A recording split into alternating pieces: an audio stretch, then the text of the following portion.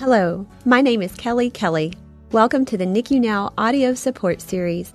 I am a NICU parent to Jackson, a micro-preemie born at 24 weeks, and Lauren, a late-term preemie born at 34 weeks. I am also the founder and executive director of Hand to Hold, a national nonprofit dedicated to providing education, resources, and peer-to-peer support to families that have experienced premature birth, the loss of a baby, or have a child with a special healthcare need. Hand to Hold's NICU Now audio support series was developed to help NICU parents navigate their NICU journey. While bed rest can be prescribed in many situations, it is more common with high-risk pregnancies. Even if going into a pregnancy you know bed rest may be prescribed, the challenges faced can still be demanding, especially with other children at home.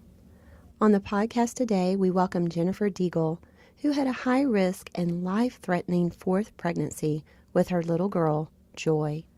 Jennifer's first book, From Hope to Joy, a memoir of a mother's determination and her micro-preemie struggle to beat the odds, is about her fourth pregnancy and subsequent premature birth of her daughter at just 23 weeks gestation and her daughter's first year of life, both in the NICU and after hospital discharge.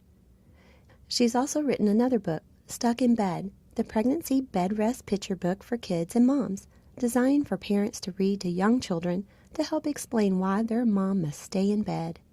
It also provides tips for answering your little one's questions and finding positive ways to include the child in your bed rest journey. Jennifer is the founder of Speaking for Moms and Babies, Inc., an organization that advocates for maternal and neonatal health by sharing the parent's voice. She has spoken in front of the United States Congress, the House of Representatives, and the New York State Health Department Medicaid Office to encourage the passing of legislation aimed at helping pregnant mothers and premature babies, as well as several maternal and neonatal health conferences. She currently co-chairs the International Neonatal Consortium's Communication Work Group, is a member of the Morgan Leary Vaughan Fund's Board of Directors, and she serves on several committees for Preemie Parent Alliance. She's also a contributor to The Mighty and the Huffington Post Parents. Welcome, Jennifer, to the NICU Now podcast. We are so lucky and happy to have you be a guest on this special podcast about bed rest. Thank you so much for having me. Well, we are delighted to have you. I've known you for quite some time. You are an incredible advocate for NICU babies and their families, and I have just admired you from afar and had the opportunity to meet you in person at a couple of conferences, and just so delighted that you were able to squeeze this in. I know you have a very busy schedule, a very busy home life and work life, so thank you so much. And I just want to jump right in and ask you to tell us about that pregnancy that led to your bed rest and all the things that have wonderful things that have transpired because of that experience. But talk to us a little bit about, I believe this was your fourth pregnancy. Is that correct? That's correct, yes. And so going into this pregnancy, did you know that this was going to be a high-risk pregnancy? I wasn't educated enough. In fact, that's part of my mission now, is to have women be better educated before they make any kind of childbirth decisions, because I did have to have 3 prior C-sections with my 3 older boys. And after and there were miscarriages in between, so I needed DNC and had some surgery, and so there was a lot of scar tissue. And I did ask my obstetrician directly if I could have another child, because I wanted to have a larger family, and if I would be able to do that. And she said, really kind of nonchalantly, your uterus is a little thin. There could be some complications, but go ahead and try. And that was all I got from her. No description of how complicated it could be, or really the condition that my uterus was in at the time. I really didn't get enough information. So unfortunately, I didn't know, going into it, that it would have been such a difficult, life-threatening pregnancy. And, of course, I never would have wished a premature birth on my daughter. So I didn't have enough information, unfortunately. Well, tell us about what arose in your pregnancy, what complications came about, and at what point did the doctor start talking to you about needing to be on bed rest? It was actually pretty early. I started bleeding right away when, almost after I conceived, I would say within a week or so. And I had spotted with my other pregnancies. It wasn't something abnormal, but it was much heavier than that. So definitely alarming. And when I went into the office, I was told they did try to look with ultrasound, but everything was too small, and they just said it could be. At first, they thought they were calling it unsuccessful pregnancy. They drew blood, and the HCG levels were low, and I believe they're supposed to double every day or two, every 48 hours or so, give or take, and they didn't do that. And I went in 3 times, and they didn't budge, and she said it was unsuccessful and likely I would just lose this pregnancy or it wouldn't progress. But that didn't happen, and I went back, later on to the doctor maybe a week or so later, and the numbers picked up and everything, blood work-wise seemed normal, but the bleeding persisted. And the very first indication I had was when an ultrasound technician told me that it looks like my daughter, well, I didn't know it was my daughter, but it looked like the placenta was or the baby implanted on my scar tissue. It was hard to see, but she said it was very low, so likely that's where it is, and that was causing the bleeding. So not knowing too much about it, of course, I did some Google work, and they called it at that time placenta previa.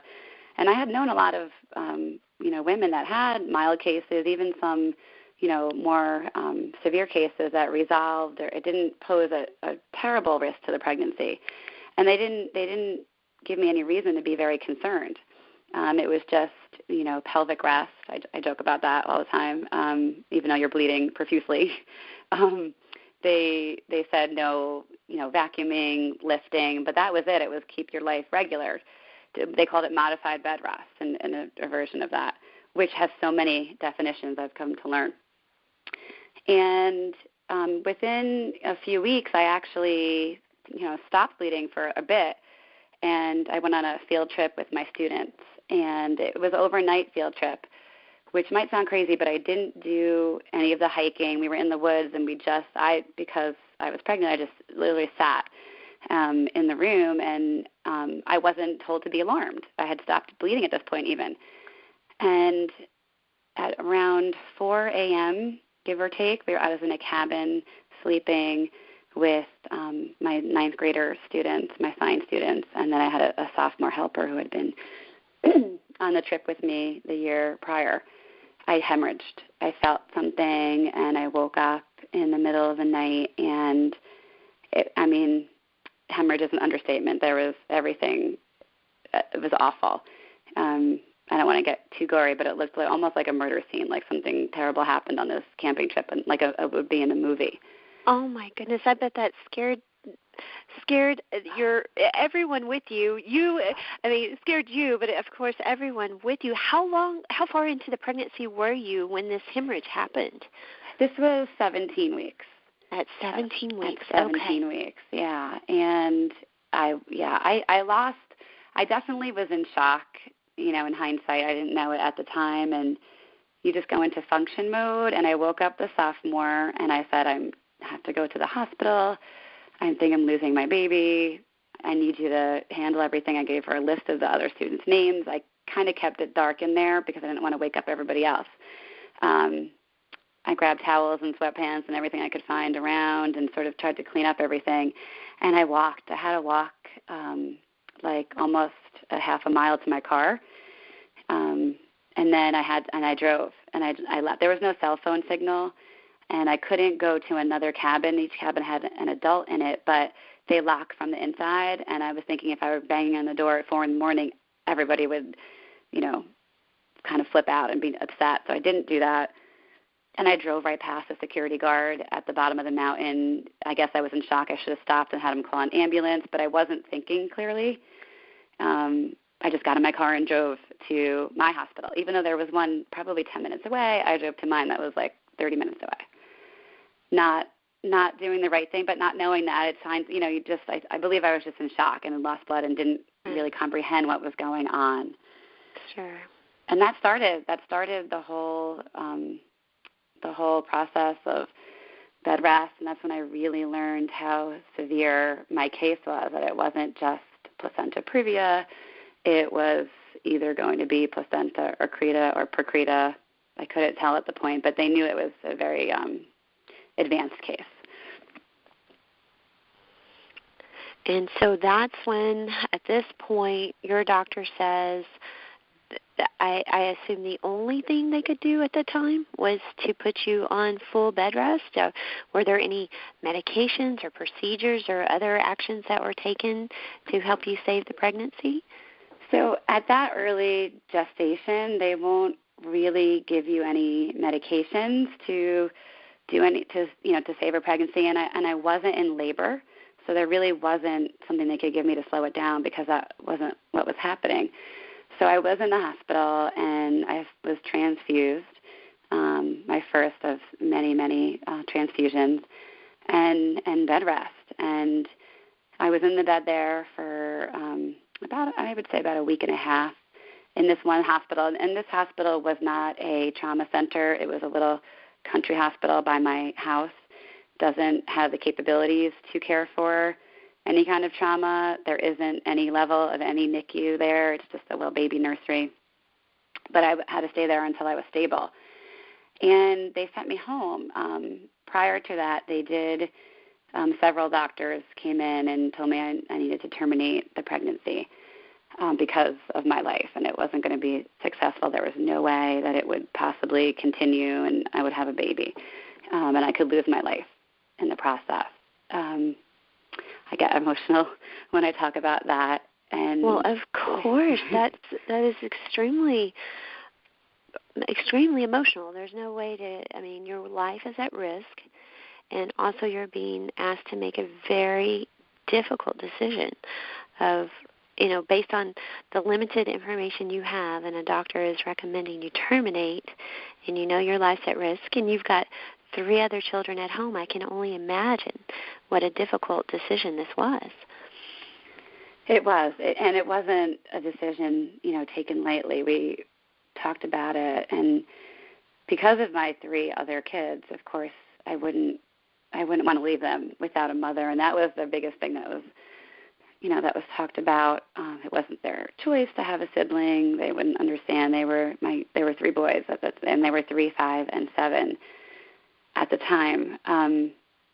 But we decided to proceed with the understanding that if it got really bad again and it was that moment of decision making, then we would do it. But at that point, we decided we didn't want to. And I do want to make the point that I wouldn't fault any mother or any parent that decides to terminate when they're told that in any capacity. It wasn't our choice, but I 100% support and understand if other people were to do that based on, being told they could lose their life.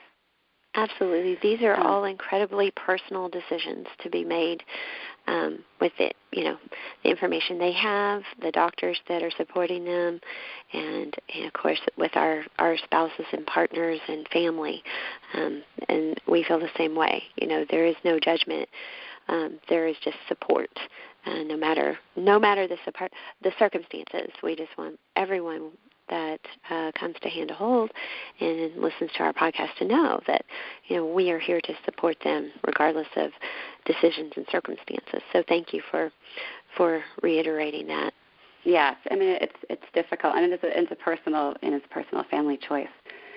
So for us, they sent me home because they didn't have the ability to care for what I needed.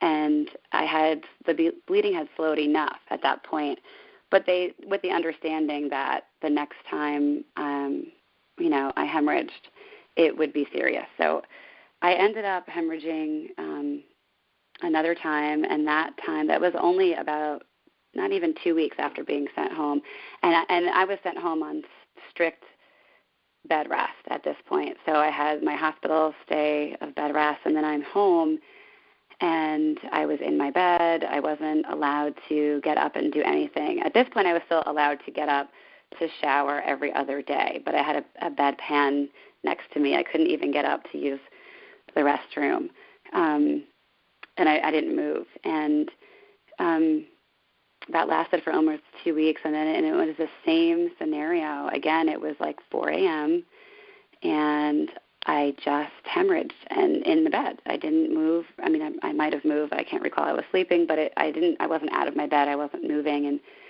this time was worse. I took 2 steps and kind of fell to the floor.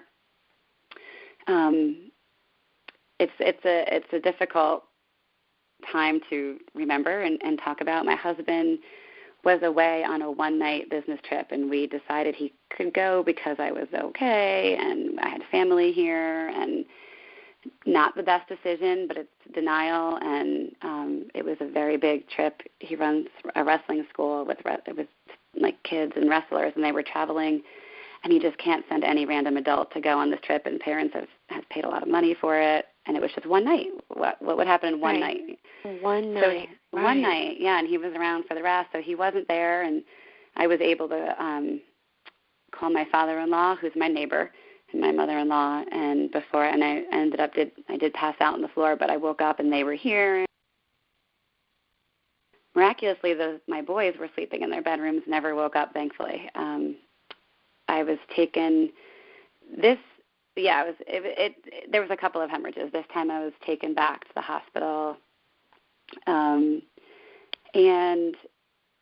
the same scenario. The hospital, the ambulance driver wasn't going to take me, or did not take me to the major trauma center, the county hospital, because there's, I guess, a law that you have to go to whatever hospital is closer. So they brought me back to the same hospital again. And I spent a couple of weeks there, again on bed rest, and then sent home. So how far are you into the pregnancy now? So when you passed out because you had hemorrhaged the second time, is that about a 19-week period? The second time, a little shy of 19 weeks, yeah, and I spent about a week and a half. And now you're back in the same hospital again, your county hospital, and so 2 more weeks. So we're getting close to 21 weeks pregnant at this point? A little bit before that, yeah, because they sent me home again, and within a few days I hemorrhaged. And at this time I was finally sent to the county hospital because the high-risk doctor who I saw when I was getting released finally said, she wrote me a note, like on a prescription pad, do not take this person to this hospital. She needs to be at this hospital. It's the county center. You have to do it. And it still wouldn't have happened. Very lucky for me and my daughter that next time I hemorrhaged from home, the ambulance driver was one of my former students that I teach high school science this would be my 20th year now. And his name is Tom, and I woke up in the ambulance as they were trying to get an IV in me, and my father-in-law and him are arguing about the hospital, and John is yelling at the other person and that they can't take me to Putnam. And I saw him, and I called him over, and I said, Tom, you're taking me to this hospital. And he said, okay, Mrs. Degl. And that was it. And he drove me, and it was, if he wasn't there, honestly, I don't know if either of us would have survived, because he just did it, and it was, and I had the note, and it worked out, and then I was there, and that was around 21 weeks and a day or two. I have to say, before I finish my story, I want to mention that bed rest, and I mention this often in my book, was my enemy. It was so hard to be stuck in a bed. I think for anybody at all, if you're sick with any illness, if you're a type A kind of going personality. But, prior to even having my daughter and being on bed rest, it was so hard for me to mother my children. And they experienced this whole ordeal, with us along the way. And we were able to shield them from the scenes of the hemorrhages. They were sleeping, luckily, the 2 times at home, and they weren't present at the hospital. But the emotional impact on them, I want to get back to later, because it's hard on the whole family.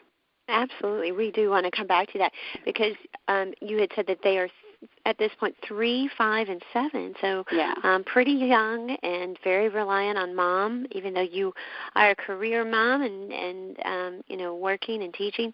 But certainly, at those ages, very bonded and close to you and dependent upon you at home. So we do want to come back to that. So at this point, you're now hospitalized. You're finally at the hospital that has a trauma center. They know how to care for you. We are getting very close to viability for the pregnancy, because we're about at that 21-week point. So what are they telling you now when you are finally at this new hospital? Well, It really wasn't much different as far as their advice. So that particular morning, now by the time I got there, they started transfusions again, like automatically, and they did an ultrasound and said that my water had broken because my fluid was very low. It turns out that wasn't the case, but I guess it looked like that. And they had 2 different doctors come in. They started with the male doctor who said, we need to terminate, immediately. You're hemorrhaging. We're not going to be able to stop your bleeding. You won't survive. And then, I felt it's very interesting, because when you're hemorrhaging, it's not painful. So while you're very lucid and you know what's going on, you can see everything, you feel it.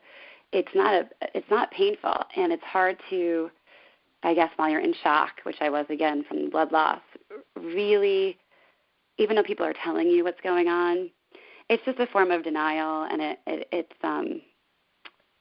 hard to understand exactly what they're saying. So we said, no, we're not terminating at this point. If it gets to the point we're at that tipping point of blood loss, we will. And then they sent the female doctor in that had the more compassionate, way to her and a better bedside manner, and she said all the same things.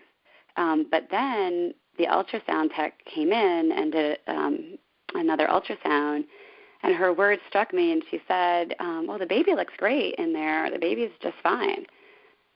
And after hearing that, it sort of solidified our decision that, we're not terminating this. We're choosing not to, because the baby's fine. The baby's totally fine. They said she's swimming around. Well, I didn't know it was – actually, I did know it was a girl at that point. I had heard that a week before. And then they saw that my fluid came back. So somehow, and I don't understand it medically, it might be some kind of intervention there, but the fluid around the baby came back, and she was doing well. And we just had to get my bleeding under control. And we never really did get my bleeding under control. I was transfused mostly continuously for the next 2 weeks until we delivered. It wasn't quite in hemorrhage state, but it was very, very heavy, and they just really kind of were trying to replace what was coming out. So I stayed in the bed there, and that's when I really lost my mind, I would say, and I can admit that now, because I'm in a shared hospital room in a high-risk unit. They have a baby nursery there, but there's only maybe 1 or 2 babies that are ever in that nursery a day, and their NICU has 70 babies on average. So it's their unit is very large, like I'm sure many hospitals that you work in. Right. Mm-hmm. The woman next to me was watching SpongeBob cartoons. I don't know why, alone, and she was crying on the phone with someone, whoever she was speaking to, that she was only, 30, I think she was 34 weeks, and she can't deliver. It's too early, and everything she said is 100% invalid and excruciating, valid and excruciating for her and all of that. But I'm sitting there at 21 weeks, and I had to listen to her, and she couldn't stop crying, and I lost my mind. I didn't say anything to her. I didn't cause a scene, but I guess it's shock. I called my own obstetrician, and I said, I need to get out of here. I cannot stay here. It's not possible. I'm going to leave. And she's like, you can't even get out of your bed. You're hooked on IVs. You can't go anywhere. And I said, I need to go to another hospital. I can't take it. And the only other place to go was another hospital not in the city, in New York City. It was the only comparable one that was within 8 hours of us. And they'd have to take me by ambulance, and it would be too far for my kids to come and see. This one was only 30 minutes, so much closer. But I really, at that point, I really lost it. And I will say, I think I started what I would consider postpartum depression even before I had my daughter, because that is possible. Many women do. Absolutely. I definitely planted a seed there that led to other emotional issues because I sat in the dark. And I'm saying that it's not easy for me to talk about, but I want other mothers to understand that it's normal. Being in a bed during a high-risk pregnancy, whether you're in the hospital or at home, with the threat of losing this precious little baby that you have all these dreams for and your own life, and if you have other kids, it does something to you, and mostly because you're totally helpless. I couldn't do a thing. I couldn't do a thing for the baby I was growing. I couldn't do a thing to help save my own life. I couldn't parent my kids, and it's a feeling of helplessness and darkness. And I say darkness because I finally got the other woman moved out politely. I didn't move her out, but I explained it to the social worker who came in the one time she came in, and they did give me the room to myself. And I just closed the curtains, and it was dark, and I didn't want visitors. I asked them to put a sign up not to even take the garbage out. I wouldn't see, at this point, my family. I wouldn't talk on the phone. Everything went to voicemail. I just shut down, which isn't the right thing to do, but I think I just couldn't handle it anymore. Well, I'm glad you're saying that's not the right thing to do. I didn't know that about your story, and so I do appreciate you being so open and honest, because I am certain there are other moms out there that are feeling this way. If they're not in this right now, they have been there before. So talk to me about, why do you feel like that's not the right thing to do, even though everything in your mind and your body is telling you that you need to detach and be in the dark and be isolated? Why is that not the right thing to do? Well, I never really, I guess, processed what was going on. And I think, like many moms on bed rest, and even if the baby's in the NICU, you just become a robot and you function day to day. And in my head, my only job was to literally sit there and not move. And if that's all I could do, then that's what I was going to do. And I didn't need, I thought, people coming in to distract me. And I think I also felt very guilty. And I don't say this very often, but it's important. I think I was trying to punish myself a little bit because I went on a field trip, or I did this, or I tried to have another baby, even though I had a beautiful family. And there's probably 25 other things I could add to that. But I think I just felt like I deserved to sit there in the dark. And I really wish I had help. A social worker came in, but she came in just one time, and then this other time I called her to try to get a private room, and she just asked, how are you? And, no, are you okay? That was her question. I said, in the dark, I'm being transfused, my kids are at home, I could lose my life, I might not have a surviving baby. No, but what's your answer going to be? It's like when you ask the kids when they come home from school, what did you learn tonight? Nothing. They just, unless it's specific or they feel, that you're really interested in it, that was my answer, and she didn't come back. And I really think there needs to be support. I think bed rest mothers and families and spouses and children need to have a very active and engaged plan of a social worker or a therapist. Come in the rooms, do stuff, encourage the family. Or to maybe talk to another mom who's been there and been through it, to have kind of a peer mentorship through your pregnancy. We know that certainly has helped a lot of moms who are walking the journey of a NICU stay and bereavement. So I would think that it would apply to a bed rest situation too, where you may not feel comfortable sharing directly with a family member or a friend who might not understand. But, another mother such as yourself could potentially be a lifeline for a new mom who's on bed rest to say, I understand at the very core of my being what you're feeling and what you're going through, and what you're experiencing is normal. That having thoughts of grief and wanting to be in the dark and feeling guilty, all of those things are normal. And I think that is a beauty of having a peer to support you, because they truly, truly understand. I think that would be so important. Yeah, I think for me, my cousin turned me on to a website at that dark moment when she just came in anyway, even though I told everybody no, she just came in. And she brought her computer, and she put me on to keepemcookin.com, which is run by Angela Davis, who's my dear friend and co-author on the children's book. And then I started to feel a little bit more as if I was not alone. Part of a community. Website. Yeah. Finding your people. And people talking about different things they did and different activities that helped, and all of that was fabulous.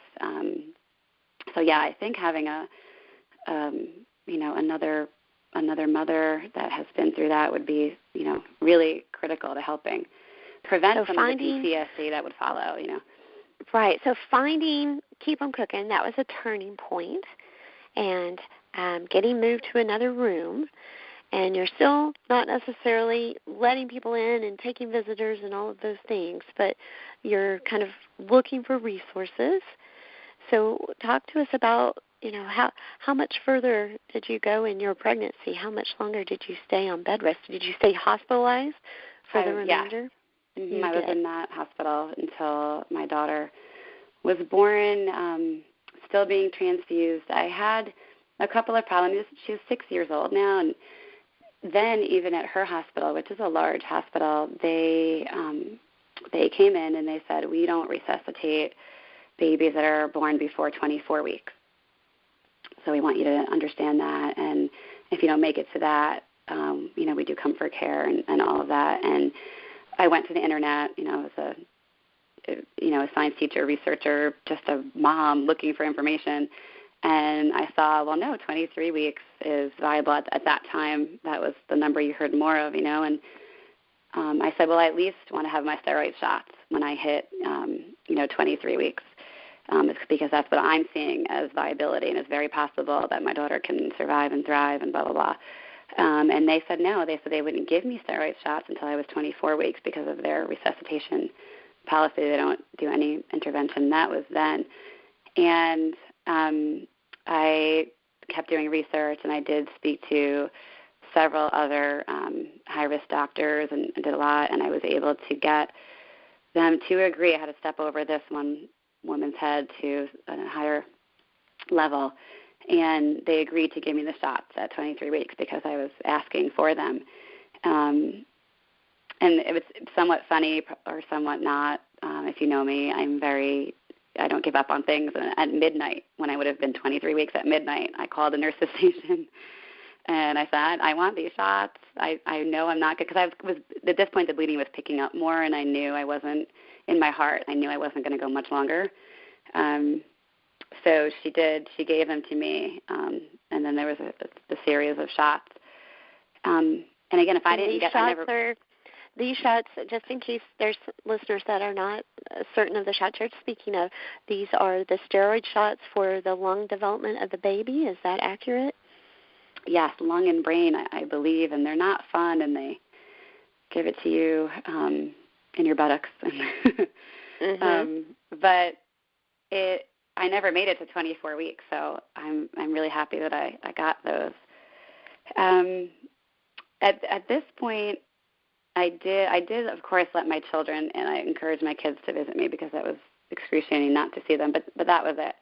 I was still very depressed, which is an understatement. I don't know that there's a word for how low I felt. And then back to being in denial again. These are all signs of issues that I just wasn't able to recognize because I had never experienced depression before or anything like that. And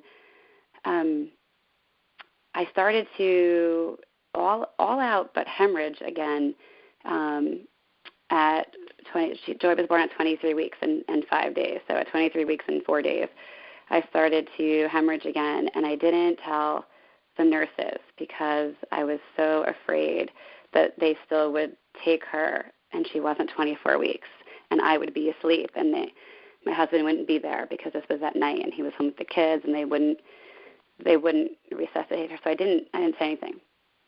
And the bleeding progressed and progressed. And then ultimately it put me into labor.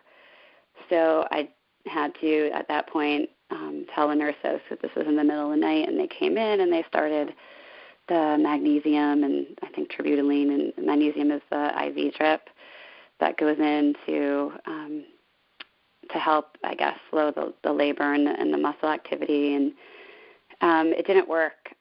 But being back in denial again, I didn't call my husband. I was home with the kids and sleeping.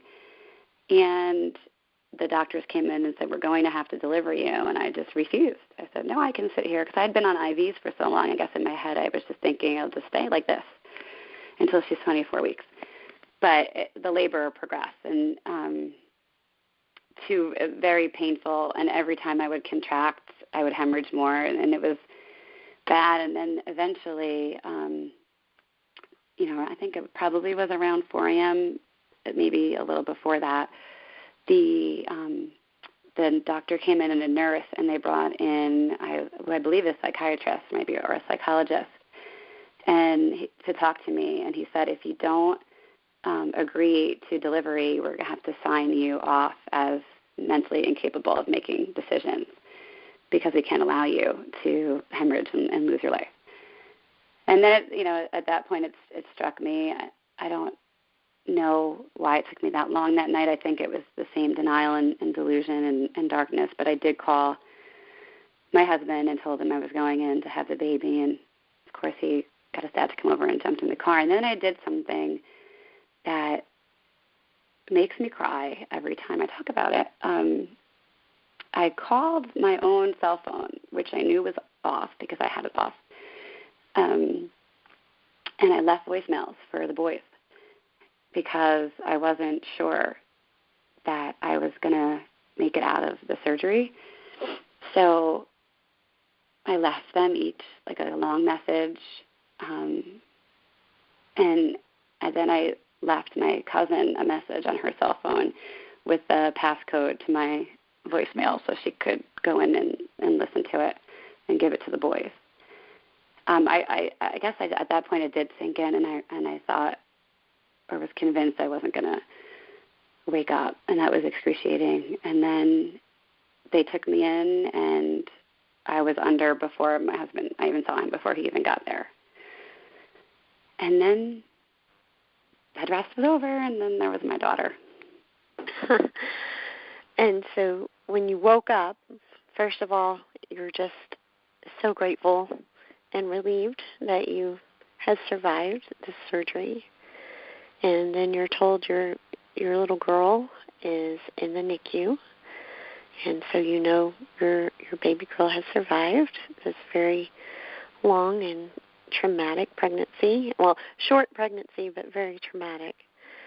So talk to us about did you get to go see her right away? I would imagine you have been through a very difficult surgery. So how long before you were able to see Joy? It was a couple of days. The surgery ended up, it was a very severe case of placenta percreta. So the placenta actually grew entirely through my C-section scar out into my abdominal area and attached to both my bowels and my bladder.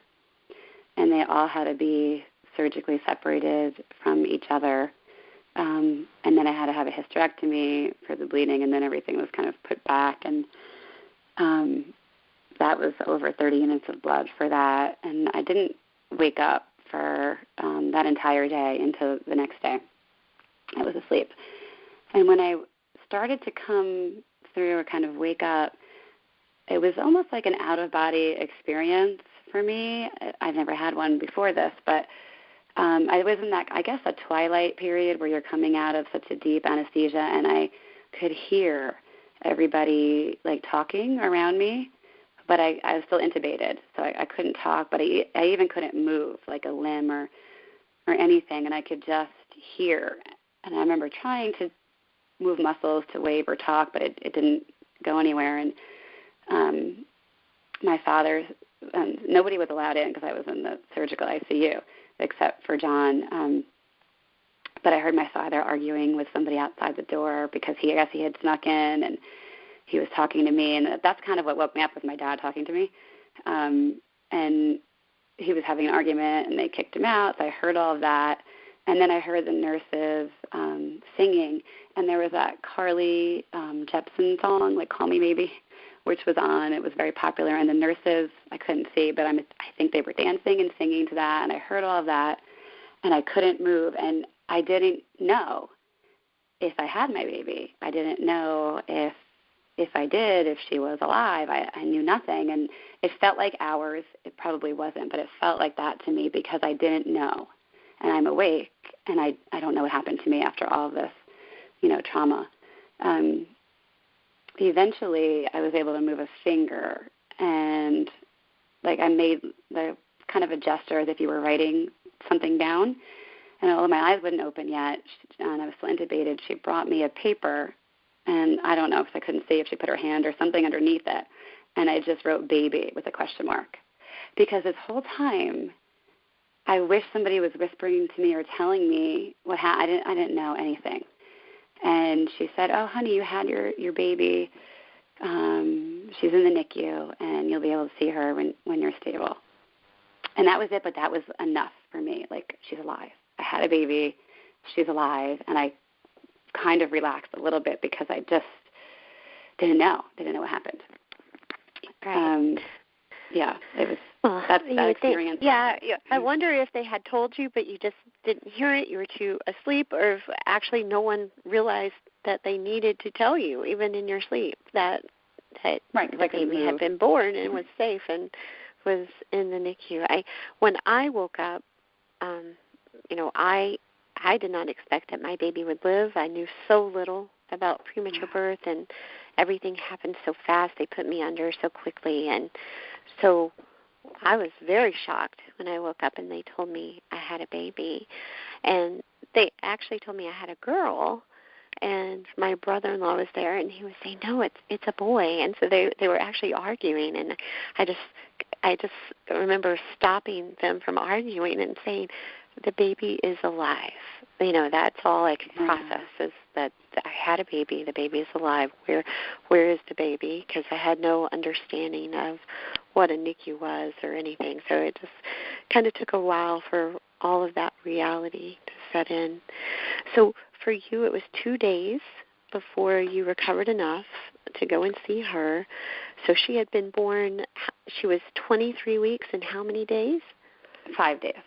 23.5. So clearly all of your advocating worked. They did, or she did not need to be resuscitated because of the steroids. I'm not clear on exactly, but she survived, and they have her in the NICU now, and you're looking at her. Kind of talk us through that transition from this deep, dark depression and bed rest to now the bright lights of a NICU.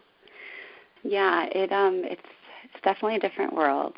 I was in the surgical ICU for a couple of days, and I wasn't able to see her. So I was even after I was awake, it was another almost 2 days, day and a half before I could get down there. And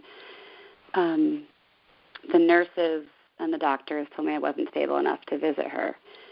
And my husband, who of course had been to the NICU several times, had a picture on a cell phone of her and wanted to show me, and I refused to see it. My brother-in-law had taken a picture too, and he came in and, here's your daughter, let's look at her, and I refused to look at a picture of her on the phone, and I said, I'm going, the first time I see her, I'm going to see her in person. And the doctor said, she might not survive.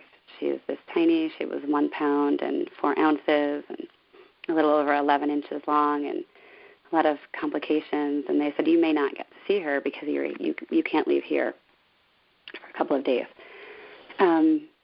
But I held out, and I said, whatever way it goes with her, I'm going to meet her in person. I'm not seeing her on the phone. So I had to wait. And this is when my writing actually started, because I still was in that dark kind of twisty place and was so upset I couldn't meet her. And a nurse, the best advice anyone had ever given me up to this point, gave me pieces of paper, and she said, I understand you're upset. You're angry. You're grieving, even though your daughter's alive. You're grieving your pregnancy, which I want to talk about in a few minutes. Write everything down. Just write everything down that you're feeling, and you'll have it. And you can look at it. You'll feel better. Just keep it. And I did that. And I'd never really written before, and I started to write down all of the things I was thinking, everything I felt bad about, what I was looking forward to. I just wrote stuff down. And that got me through a couple of days. And then it was Mother's Day, and it was nighttime, and I was able to convince one of the night nurses in the surgical ICU to get me into a wheelchair and wheel me down. And the wheelchair had, like, bags of blood and other things on it that I needed. And she kind of, I want to say, snuck me down. I mean, I was definitely more stable, but the doctor still didn't want me to go down. But it was Mother's Day, and I had to see her, and she did. She brought me down to the NICU, and it is another world. I mean, the door is open, and then you go down the hallway, and then we go into this critical room, and it's blue.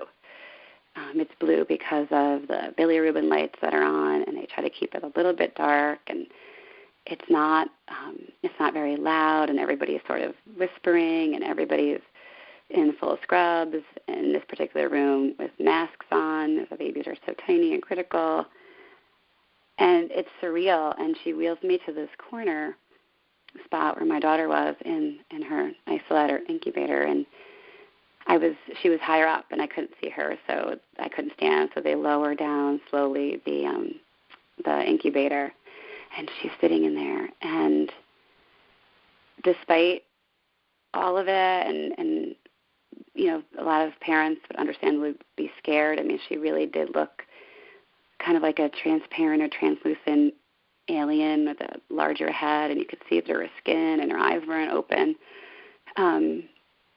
But I saw her, and the nurse asked if I wanted to stick my finger in. So I sanitized my hand, stuck it in a little hole on the side of the incubator, and she grabbed it with the teeniest fingers I could have ever imagined. Her whole hand didn't even wrap around my fingertip. That's how tiny her hands were. And her eyes opened, and it was this amazing, and she looked directly at me. And they say she couldn't see me. She couldn't see anything. She still wasn't able to at that point, but I don't believe that. She stared at me in the face, and she grabbed my fingers, this little 1 pound, 4 ounce. At this point, she lost a little bit of weight, so probably just 1 pound. And I smiled, and that was the first time I smiled probably in, 7 or 8 weeks. And I named her, I decided I was going to name her Joy. And that was it. And I don't know, So you had not picked the name until she takes your finger, and at that point, because, like you said, the first time you felt joy in 8 weeks, so then that's the name. And it just clicked, and I'm like, this is it. Oh, that's beautiful. But I also didn't want to name her until I met her, and it was the most beautiful experience. It was probably only 5 minutes that I was allowed to be there, but we just connected, and that was it for me. And unfortunately, that wasn't it for her. She had a very long road and 121 days, and NICU with a lot of ups and downs, but she made it. I made it. I was there for a while in the hospital, and then, back to visit her every day, every night. And she's 6 years old now, and she's doing so well. She's about to start kindergarten in the fall, and she's just a joy. She just is a joy. She is a joy. And so I do want to take a minute just to say that, all those notes that very wise nurse had you start writing down in your notebook led to you writing and publishing the story of your pregnancy and NICU stay from hope to joy.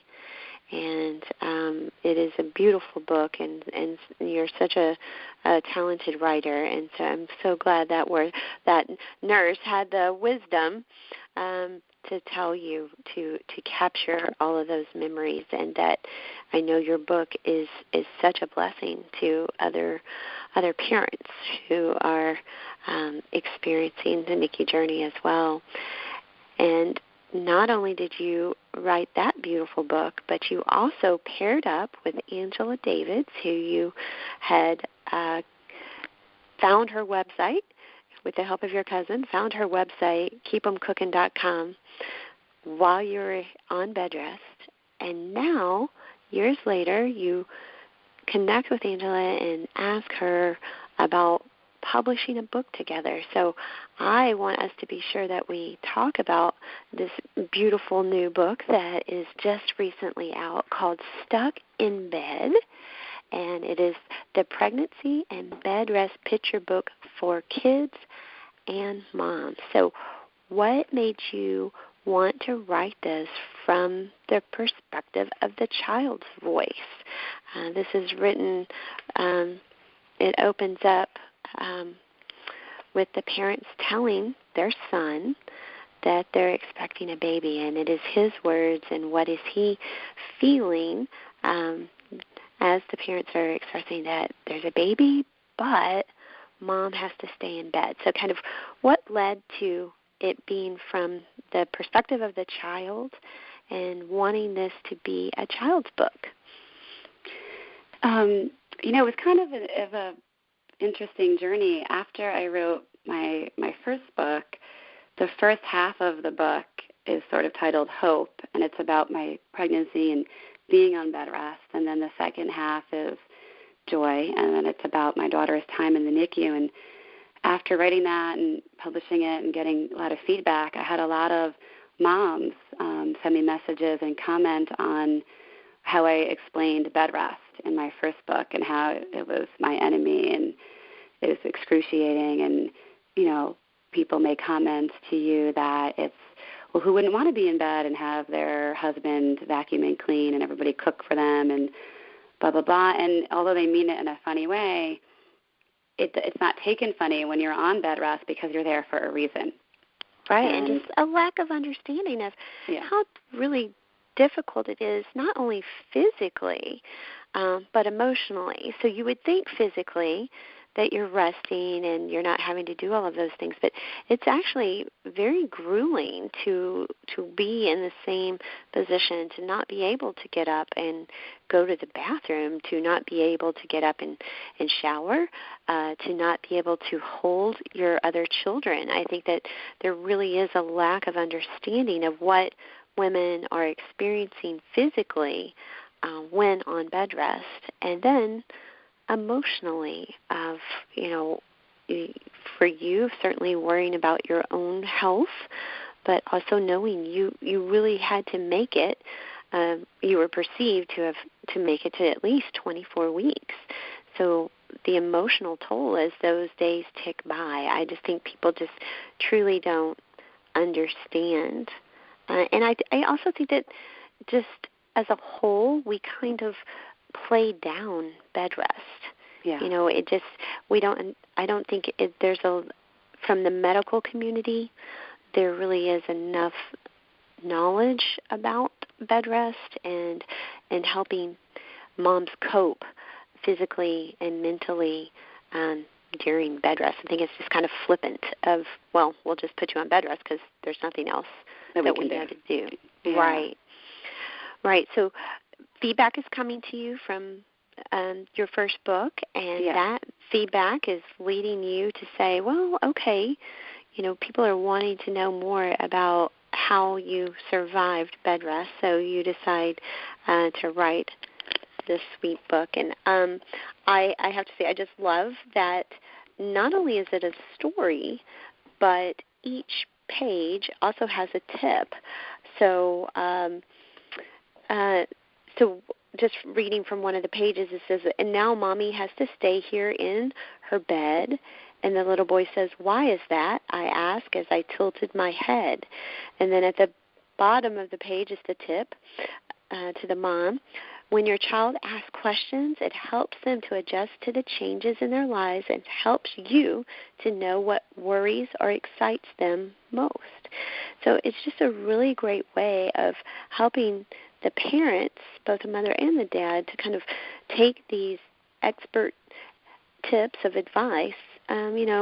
This one says, ask your child to name all of the people who love him and or her, and then tell you what special things they can do together in the weeks ahead. So instead of it being a negative and all about mom not being able to do those things, this really puts a positive spin on it of helping the child to realize, they're going to get time maybe with aunts and uncles and cousins and neighbors and friends and play dates, and that there are other people that can help them beyond mom. But also, I noticed too, it talks about what can the child do, really giving them some ownership and responsibilities during this time of, from simple things like being able to put their sippy cup by the sink to being able to even bring books and toys to mom's bed if she's on bed rest at home, so that they can do things together. So I just think it was a brilliant approach. I love the way that you did it. I think the illustrations are gorgeous. It's just such a cute, sweet book and well illustrated. So definitely want all the moms out there to know, if you're on bed rest and you've got older siblings at home that you want to have a better understanding of the bed rest journey, this would make a really excellent read for you and your child. You're so kind. It was really a work of love between Angela and I, because my younger son, who was 3 at the time of being on bed rest, really struggled, and he acted out a bit, and he didn't understand. He wanted me to get out and do stuff, so he would sort of try to create a situation where I would have to get out of my bed to help him, being 3, and I couldn't, and it was heartbreaking. So we tried our best to do what we could when I was home, and even when I was in the hospital, we had to celebrate Easter, and I had the nurses bring in a bunch of plastic eggs, and I stuffed them, one night with my best friend. One night she came, and we decorated the whole room with Easter eggs so we could do that in the morning. And there's all kinds of things you can do, but a lot of people, because of the seriousness of the situation, don't really look at the other siblings in the family, and they're experiencing such a change. They're not used to this. They're not used to any parent being in a room. It's scary. They're not used to not having that attention, and their needs aren't being met, and that's when kids start to do, or act out or have different behaviors or go inward. So I wrote the words to it really almost 4 years ago. It was quite a long time ago, and kind of left it and wasn't sure what to do with it. And then Angela and I stayed in contact and were talking, and I said, I really would love to do this with you. Let's change it around. And she had a great idea, and she said, I will do the tips on the bottom of every page, and those tips are fabulous, because after you read the lines to your child, you can then go down and see different things that you can do or encourage them to do to get through the bed rest as a family. And we just kind of fell in love with the idea, and we found an illustrator, Jennifer Becker, and she was so easy to work with, and it all kind of came together in a story. And we just really hope that for moms that are struggling on bed rest, even if you're in the hospital or at home, that you can get this and you can read it to them, and it would help them see that it's normal and look, another mom and another child experience this, and, oh, wow, I can do this in the bed with my mom, and my grandma can do this, or my uncle can do this, and it's not going to be so bad. And more importantly, it's temporary, and it will end, and at some point things will get back to how they were.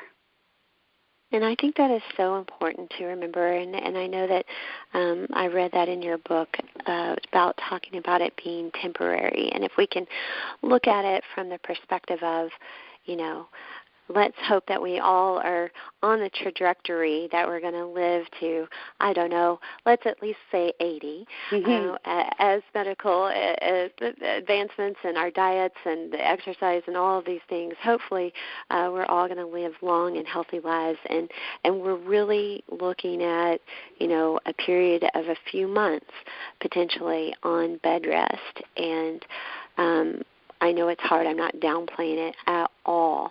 But I think anytime we set our minds to it, I've always said I can do anything for a month, 6 weeks, 3 months, if I know there's going to be an ending point. And so I think some of this is just the uncertainty of, for you lay there and thinking about, should I have done this, and all of the guilty things that you were experiencing, all the feelings of guilt that you were experiencing, and the questions you were asking yourself. And, and part of that I do believe is depression.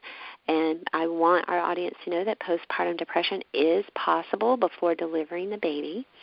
I think it is very important that we are open and honest about our feelings that we're experiencing while on bed rest, and if our babies go into the NICU, and that we don't hide them from the social workers. Oftentimes, the social workers are spread very thin, and so if they have not come back to talk with you, or if you're not getting the response back that you need, looking for other resources, turning to friends and family, looking for peer support, looking for the perinatal support, Postpartum Support International. I want to make sure I get that right. Postpartum Support International. There are counselors and resources, and certainly Hand-to-Hold and other organizations. But while on bed rest, certainly keep them cooking. And I want to make sure we'll have a link to that website on ours. But it is Keep 'Em Cooking, KeepCookin.com is a wonderful resource for moms on bed rest. As we wrap up, I do want to go back, because you said you specifically wanted to talk about grieving pregnancy. So can you just revisit that for us for a second? It's a difficult topic to talk about, because when you talk about grief involving pregnancy or children, usually it's about the loss of the child, which I have not experienced, but I know I believe would be excruciatingly painful. I don't know how that would look personally, but I've worked with a lot of families, and I will say there is a grief for your pregnancy, and it's entirely different. But a lot of mothers, and I think it does lead to a type of postpartum depression afterwards. If you had a traumatic pregnancy or a high-risk pregnancy that you were on bed rest, and you believed that you might lose your baby or lose your life, and if your pregnancy didn't go full term and there was some trauma in the birth, all of those things can contribute to, negative feelings, and I think what I call, pregnancy grief, that you're grieving the pregnancy that you didn't have. You're grieving the pregnancy that you see on TV, in the movies, your neighbor who went full term and has 5 beautiful kids and nothing ever happened, and the big fat belly at the end, and the pregnancy pictures of the photo shoots with the big round bellies and everything being perfect, and that's not always the case. So I do want moms to understand that it's okay to grieve your pregnancy that didn't and the way that you wanted to, or wasn't as you expected the whole time. And that's all right, because if it's not recognized, I think that will come out later and lead to another degree of postpartum depression. And if you can talk about those feelings beforehand, I think that will only help you in the end. I'm so glad that you pointed that out. In my experience, the labor and the birth were so sudden and very traumatic, and I found myself very late at night in my hospital room. My husband was just exhausted, and he was snoring over on a cot, in our room, and I just couldn't stop crying. And I think there's certainly baby blues that sets in several days after delivery, but it was a grief. It was a loss. I just could not stop crying, and a nurse came in, and I was trying really hard to explain to her that I missed my baby, and she was offering to take me to the NICU. And at the time, I didn't even really know what I was feeling or experiencing or trying to communicate, but I was just saying, no, I miss him inside of me. Yeah. I didn't get to say goodbye. I didn't prepare for not to be pregnant. I was driving home from work, and then an hour later, at 24 weeks, I was no longer pregnant. And, I looked down, and there were staples, really ugly, awful staples, where that round belly had been. So I just think, again, we want everyone to understand that through bed rest, traumatic birth, NICU, all these feelings are normal, and they need to be vocalized. And by talking about them with a peer and a counselor, with your partner, with your medical team, that you can help mitigate longer-lasting challenges and complications and mental health issues long-term. So by not bottling these things up, by not feeling guilty alone, by expressing them, and talking to someone who understands. And we know, you've already said, well-meaning people who love us often say the wrong thing. Yeah. Things that really, really hurt, but it's because they don't know what to say. They haven't been in that situation. They really are truly trying to be of help, right, but they don't always know the right thing. But I can tell you, another mom who's walked in your shoes, they do know. So connecting with them is so important. Well, Jennifer, is there anything else that you would like to share with our audience today about bed rest and, from the hope of that beautiful baby to joy once that baby has come home and is doing well? Well, first I want to thank you guys at Hand to Hold for talking about this, because it's not specifically a prematurity issue or a NICU issue, but I think many, many NICU parents have experienced bed rest, and it's not always talked about. So I'm really glad that you're addressing it and giving some support to those families. I will say I really hope that if somebody's pregnant and they're told to be on bed rest, I really want to push education, because there's sometimes you're not given all the information, and it's not malicious, but always be aware of your options. Do your research. Don't look at all of the sad stories that exist, but do some diligent research on what you're being told, and most importantly, don't feel guilty. And it's very easy for me to say that, but you're not put on bed rest for something that you did or didn't do or that you caused. And a lot of and then if your bed rest does lead to an early birth, don't feel guilty about that, because I struggled. Did I roll over too much? Did I sit up? Did I eat something bad? And what a beautiful point. I really need to say that. I mean, I don't want to scare anyone here that's listening. That it is very possible that you will have a full-term pregnancy and a healthy birth.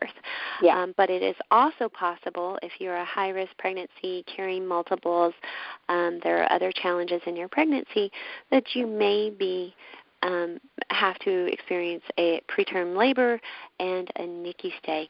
Regardless, you are not alone, and there are others who are part of this big community that will support you and your family no matter the circumstances. But I think that is a really great point, that no matter what you do, how still you lay, the baby could still come early. Yeah. And, bed rest is not, it does not prevent all preterm labor. So, we wish you the best. We want you to make the most of this bed rest journey. We want it to be as easy and joyful as possible. And we also want all moms to know, no matter if you do everything perfectly and you still go into labor, it is not your fault. There is nothing you could have done to change that. So, it's again, temporary. Yeah, it's temporary. And there's many things you can do to brighten up your days, and try to do that. Try to have people visit you. Try to watch your favorite television shows. Bring your other children into your room and make fun things happen that you haven't done in your bedroom before. And you may even make some good memories out of it that you'll talk about in the future.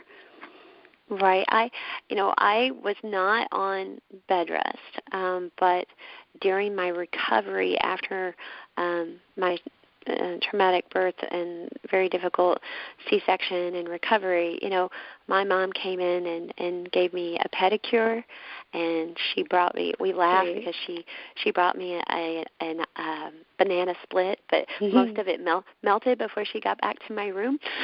But we sat there and enjoyed them anyway.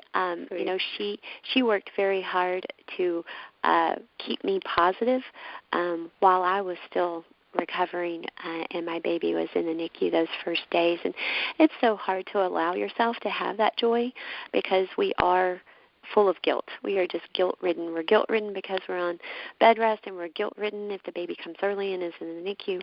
But the best possible thing that you can do for your baby is to take care of yourself, mentally and physically.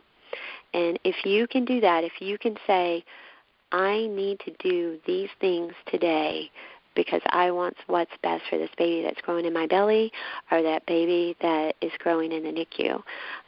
That's what you need to do. And again, all of these resources that you're connecting with are here to help you do that. So with that, Jennifer, thank you so much. You are just a trailblazer. I want to encourage others to learn more about you at speakingformomsandbabies.com.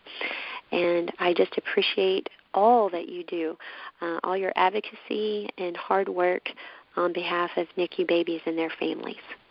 Thank you so much for having me and spreading awareness on bed rest to help other women. It's so important.